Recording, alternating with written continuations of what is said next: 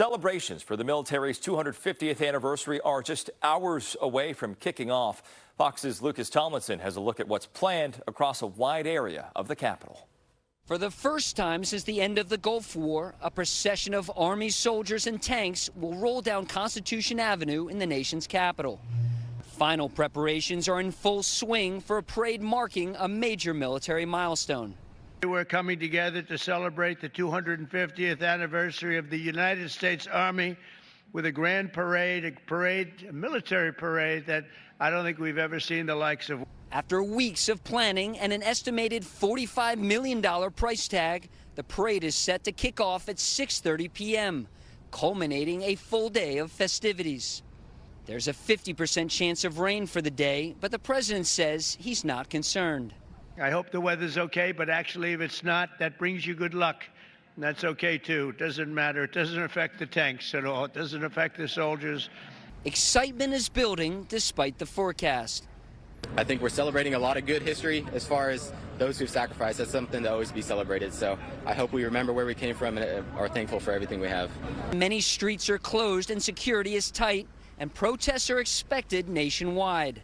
Just a week after President Trump activated thousands of National Guard troops against protests in Los Angeles. The notion that the United States active duty Marines, these heroes, would be used to militarize the streets of an American city is an abomination. Tomorrow's parade coincides with Flag Day and the Commander-in-Chief's 79th birthday.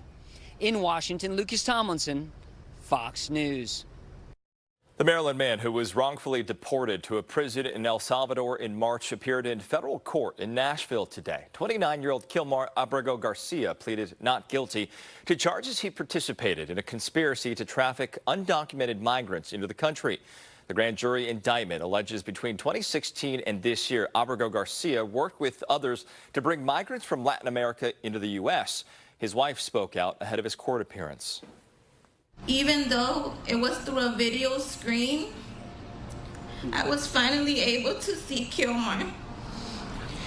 I'm grateful for everyone who has been fighting for this milestone and this fight to bring my husband back home with our children.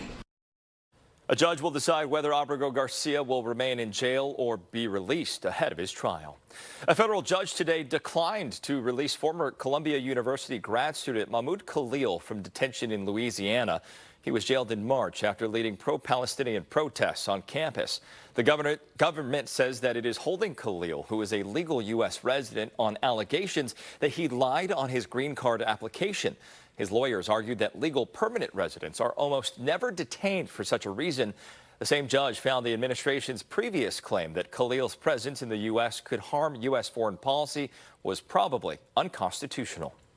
The family of a man who was reportedly detained by ICE agents in San Francisco following a routine check-in with authorities last month has since been deported. Friends and family of Miguel Lopez say he has since been sent back to Mexico. Lopez has lived in the U.S. since he was 18. His wife is a U.S. citizen, and they had been living in Livermore. His wife says he was rejected for a green card and had been regularly checking in with authorities and had been working on legal status. His wife says he has no criminal record. ICE would not comment specifically on his case, but said that any non-citizen in the U.S. without legal status is subject to removal.